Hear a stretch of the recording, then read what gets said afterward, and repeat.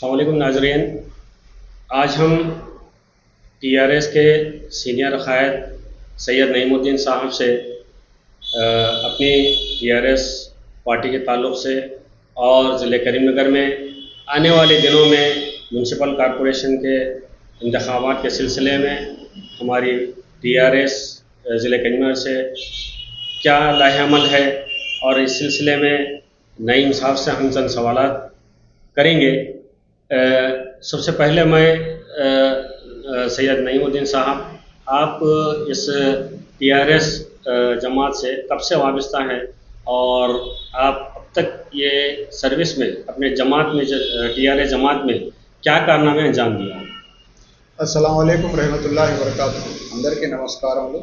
पहले तो मैं तेलंगाना मीडिया और जैसे जेड मीडिया को मैं शुक्रिया अदा करता हूँ जो मेरी इंटरव्यू ले रहे हैं। और रही बात, मैं तेलंगाना एजुकेशन में काम कर रहा हूँ, पुराना ख़ायद हूँ। केसीआर साहब जब पार्टी लगाए, जब से मैं पार्टी में शामिल होकर तेलंगाना की लड़ाई में मैं शिरकत कर रहा हूँ। बहुत केसेस भी हुए मेरे पर और लड़ाई भी हुई, बहुत गड़बड़ा हुए। जो पार्टी हमारे को हिदायत दी वो प्रोग्राम में अटेंड करे और जो पार्टी जो बोली हमको वैसा करे, क्योंकि तेलंगाना आना ज़रूरी था। हमारी मुत्तहिदा आंध्र प्रदेश में तेलंगाना को बहुत नुकसान हो रहा था। हमारे फंड्स ले लेके जा रहे थे, हमारे जॉब्स ले लेके जा रहे थे, हमारा वाटर ले लेके चले जा रहे थे। लोग हमारे को हर तरफ से नुकसान कर रहे थे। इसलिए केसीआर साहब जो कदम उठाए, टीआरएस पार्टी बनाकर एक उद्यमा पार्टी तो एजुटेशन पार्टी बनाकर, तो हम लोग जो है सो शिरकत करें उसमें, उनके कदम पे कदम चले। हम तेलंगाना भी लेके आए और केसीआर साहब और तेलंगाना को हमारे पूरे हिंदुस्तान में नंबर 1 पोजीशन पे लेके आए 10 साल हुकूमत करके।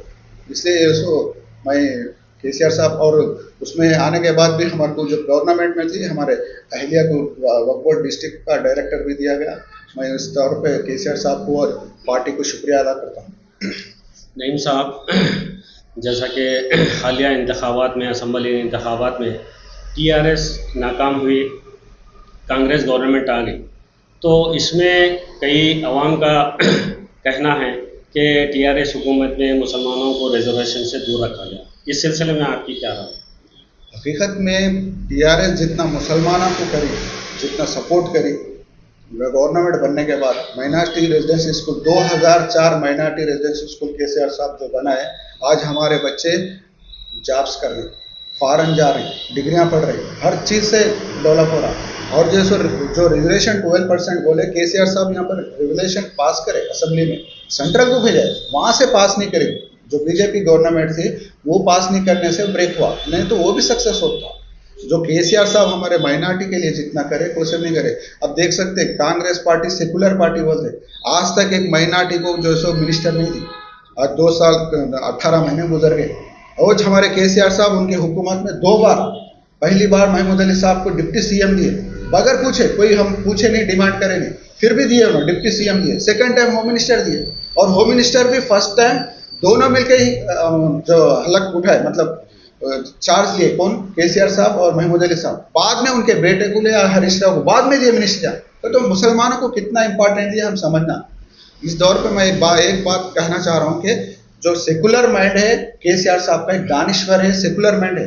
उन्होंने हर मजहब को, हमारे मजहब को नहीं, हर मजहब को डेवलप करने के वास्ते हर चीज़ का स्कीमा बनाए, डेवलपमेंट करे।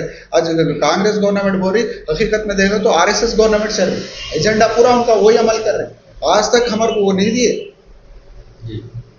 तो इसके बाद से नईम साहब, आप से ये सवाल करना है कि आने वाले इंतखाबात म्यूनसिपल इलेक्शन है और इसमें ग्राम पंचायत के भी इंतखाबात है, इसमें ज़िले करीमनगर में टीआरएस का कैसा मौक़िफ़ रहेगा? ज़रूर मेयर हमारा ही रहेगा, म्यूनसिपल में हमारा एजेंडा चलेगा। गुज़िश्ता साल में हम ऑनलाइन हुकूमत पे थे, मेयर हमारा ही था, क्योंकि आज अवाम में टीआरएस पार्टी को कंपलसरी फिर केसीआर साहब आना या टीआरएस पार्टी रहना, बीआरएस पार्टी रहना, बोल के अवाम में आ रहा। और जो ये लोग वार्ड डिवाइड करे, पूरा इलीगल है, सही है, नहीं करे, पूरे टुकड़े टुकड़े। जो कांग्रेस पार्टी जीतने के वास्ते इधर के थोड़ों को ले आके वो वार्ड में मिला, वो वार्ड से ले आके ये पूरा टुकड़े टुकड़े कर दिए। फिर भी हमारे को यकीन है हम फिर भी जीतेंगे, कहाँ भी कितने भी टुकड़े कर लें तो करीमनगर में। और पहले 60 वार्ड्स थे, अब 66 करे।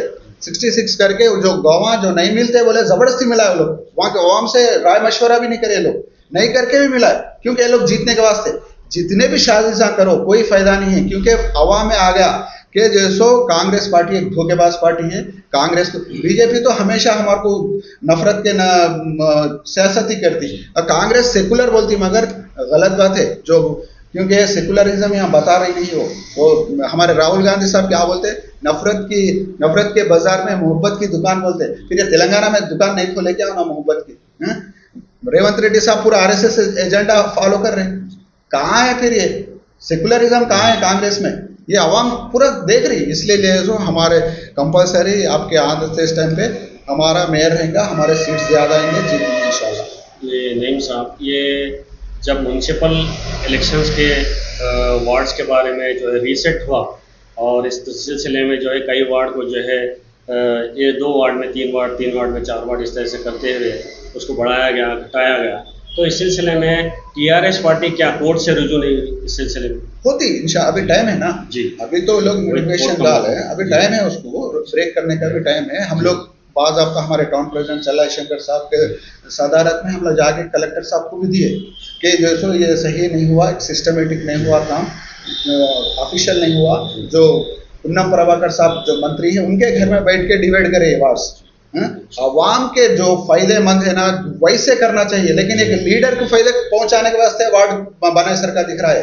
तो हम लोग अगर ये नहीं हुआ तो कोर्ट को भी जाते, लीगली लड़ाई भी लड़ते हैं हम लोग, पार्टी का मौक़िफ़ है। हाँ जरूर है, क्योंकि हमारे को उसमें सही है, लीडर को फायदे पहुंचाने के वास्ते वार्ड बनाए सरकार दिख रहा है। तो हम लोग अगर ये नहीं हुआ तो कोर्ट को भी जाते, लीगली लड़ाई भी लड़ते हैं हम लोग, पार्टी का मौक़िफ़ है। हाँ जरूर है, क्योंकि हमारे को उसमें सही सिस्टमेटिक काम नहीं हुआ, क्योंकि ऑफिसर भी सोचना, कलेक्टर साहब भी, कमिश्नर साहब भी सोचना, अवाम के फायदे के लिए जैसा वार्ड बनाना चाहिए वैसा बनाए तो सही रहता, लेकिन एक लीडर को फायदा पहुंचाने के वास्ते, कांग्रेस को फायदा पहुंचाने के वास्ते वार्ड्स बनाए तो ये गलत तरीका रहता है, ये भी आप लोग सोचना चाहिए। आखिरी सवाल मैं नईम साहब से करने वाला हूँ कि आने वाले असम्बली इंतखाबात में क्या टीआरएस गवर्नमेंट फॉर्म होगी, या आप तजिया बताते हुए बताइए कि किस तरह से जो है अवाम का रुझान टीआरएस की तरफ हो रहा, और इसको आने वाले दिनों में सर तीसरी बार था वह भी सिर्फ 2% से हारे, हमारे 38 एमएलए जीते, और परसेंटेज देखो आप 2% है, क्योंकि रेवंत रेड्डी साहब झूठे वादे ज्यादा करे, मैं ये दे देता हूँ, मैं वो दे देता हूँ, मैं ऐसा करता हूँ वैसा करता हूँ, बोले तक पब्लिक आवाम कंफ्यूज हुई, वो एक प्रॉब्लम हुआ, क्योंकि आप वो सही कंप्लीट नहीं कर रहे हैं, वो आवाम को मालूम पड़ेगा धोखेबाजी है कांग्रेस पार्टी और रेवंत रेड्डी साहब पूरे धोखेबाज। अब क्या बोले माइनॉरिटी के वास्ते सब प्लान बनाते बोले लोग, माइनॉरिटी जैसा SC ST को सब प्लान रहता, माइनॉरिटी को बनाते बोले कहाँ करे वादा पूरा, कहाँ करे, और बजट में हर साल 4,000 देते बोले 3,000 दे रहे हैं, 3,500 दे रहे हैं, उसमें खर्च कर रहे हैं भी सिर्फ हजार करोड़ खर्च कर रहे हैं, फिर बाकी का पैसा कहाँ जा रहा।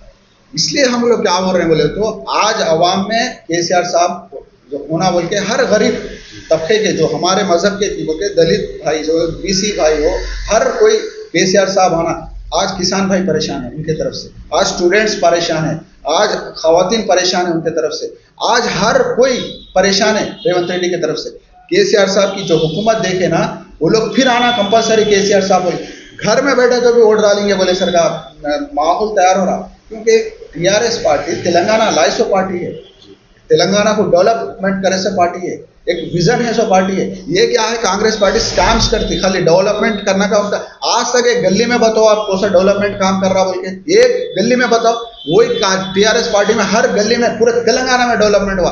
आज बनाए MLA के जो ऑफिसेस बनाए, कलेक्टर ऑफिसेस बनाए, CP ऑफिसेस बनाए, TRS पार्टी बने, माइनॉरिटी रेजिडेंशियल स्कूल बोल के नहीं, BC रेजिडेंशियल स्कूल 1000 हमारे तेलंगाना में कितने थे, 400-300 थे, 1000 बनाए BC के, हर तरफ से डेवलप करे। TRS पार्टी फिर हमेशा आती, क्योंकि 2% से हारे थे हम लोग लास्ट टाइम पे भी, खाली 2% से हारे थे, ज्यादा नहीं हारे थे, लिहाजा वो 2% नहीं, आज बिल्कुल फिर हम जैसा हमारे हुकूमत में जरूर है। ये जो आप बता रहे हैं कि 2% से हारे, तो इसमें कहाँ पर जो है भूल चूक हुई जिसकी वजह से ये 2% में हार गए? भूल चुक ये बता रहा हूँ कि रेवंत रेड्डी साहब झूठे धोखे दिए, मैनिफेस्टो बनाए, माइनॉरिटी डिक्लेरेशन बोल के बनाए, बीसी डिक्लेरेशन, एससी डिक्लेरेशन, खवातीन को स्कूटियाँ देते बोले, खवातीन को जो शादी मुबारक केसीआर साहब एक अच्छा स्कीम निकाले थे, गरीब बच्ची की शादी के टाइम पे 1 लाख रुपए दिया जा रहा था, उससे ज्यादा मैं 1 तोला दे दूं बोले, तो खवातीन को ख्वाहिश आती ना किसी को भी, अरे 1 तोला सोना आता डालेंगे बोले, सरकार डाले, ये बच्चियां लड़कियां को स्कूटियां देते बोले, ऐसे झूठे झूठे वादा करने से पब्लिक कंफ्यूज होने से डाली। लेकिन आज आंखा खुल गई पब्लिक की, आवाम के, आवाम खुद चाह रही कि ये पूरे रेवंत रेड्डी साहब झूठे वादा करके जो सीट पे बैठे उनको कब हटाना बोल के वेटिंग कर रही पब्लिक। हकीकत है। नईम साहब, फिर मैं ये कहना चाहता हूँ कि ज़िले करीमनगर, बिलखुसूस ज़िले करीमनगर के अवाम को आप क्या पैगाम देना चाहते हैं? मैं एक ही पैगाम देना चाह रहा हूँ मेरे अवाम को, हमारे गरीब जो भी हो, हकीकत देख के आप वोट डालें। टीआरएस पार्टी, बीआरएस पार्टी जो हुकूमत करी कैसा करी, आपके दिल से सोच के डालो, क्योंकि जो सो हकीकत एक जो कांग्रेस पार्टी जो बोल रही ना सेकुलर पार्टी पहले थी लेकिन अब नहीं है। आज कांग्रेस में इधर से उधर से ऐसे वाले पूरे जमा होते हैं, पूरे मुसलमानों को मतलब एक फाउंडेशन से हटा देने की कोशिश में बीजेपी के साथ अलायंस मिलके है कांग्रेस पार्टी। इसलिए आज हमारे को जितना बीजेपी से हम नफरत करते कांग्रेस से भी करना चाहिए, क्योंकि कांग्रेस हमारा दोस्त, हम हमदर्द नहीं रहा आज कांग्रेस। इसलिए जैसो केसीआर साहब एक दानिश्वर है, हर मजहब को साथ लेके चलने वाले हैं।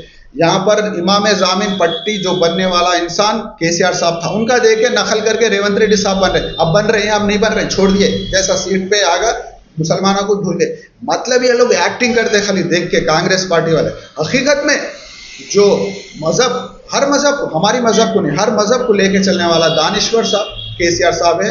आप लोग से हम अदबन गुजारिश कर रहे हैं, जो आने वाले इलेक्शंस में टीआरएस पार्टी को वोट डालें। नाजरीन, ये थे सैयद नईमुद्दीन साहब, टीआरएस कायद।